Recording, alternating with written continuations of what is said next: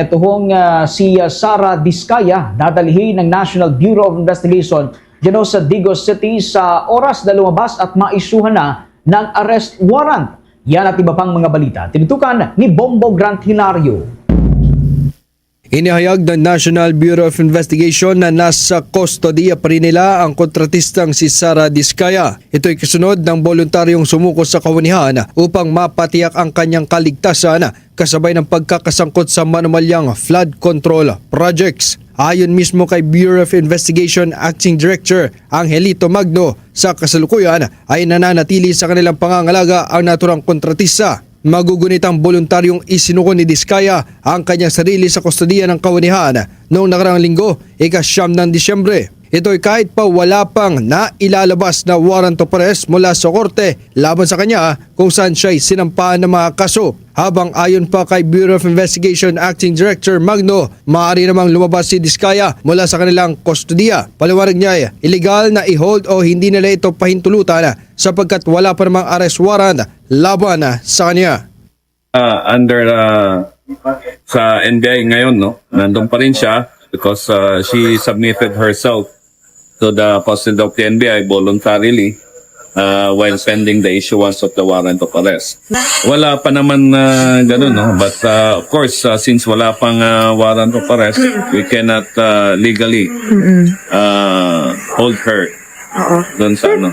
Subalit, sa kabila nito, pagtitiyak ng National Bureau of Investigation na kanilang dadalhin at ipepresenta sa korte si Sara Diskaya sa oras lumabas na ang warrant. Ayon kay Bureau of Investigation Acting Director Angelito Magno, sila ang magsisilbi ng arrest warrant at isusunod ang booking process at pagsasauli nito sa korte. In-arrange yun, no, to their lawyers, no, but with her particular reason kung bakit sa NBI, siguro she will give it later on. Isa-serve natin yung warrant sa kanya. So if ever it will come out, no, and we will serve the warrant, he will be booked, fingerprinted, photographed, and then we will return the warrant.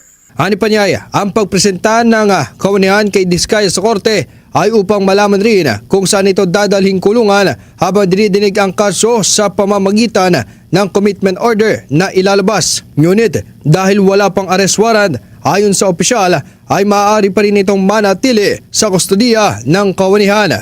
Yes, she has to be presented sa court kung sino yung mag-issue ng warrant or depende. Kasi mag-i-issue din ng commitment order ng court. Yeah, nandun pa rin naman siya. Kaunay ang warrant of arrest matapos tuloy ang sampahan ng Office of the Ombudsman si Diskaya ng kasong malversation at graft may kinalaman sa halos 100 milyong pisong halaga ng Ghost Flood Control Project sa Davao Occidental. Maaalalang pangako ng administrasyon na may maipapakulong na sangkot bago pa man sumapit ang araw ng Pasko. Nag-uulat mula Department of Justice, ito si Bombo Grant Hilario, and this is Bombo Radio Philippines, the #1 and most trusted source of news and information. Basta Radio Bombo! For the most trusted source of news and information, visit our website at www.bomboradio.com. Follow us on Bombo Radio mobile app, Facebook, YouTube, TikTok, and X, formerly Twitter. Like, share, and stay connected. Anytime, anywhere.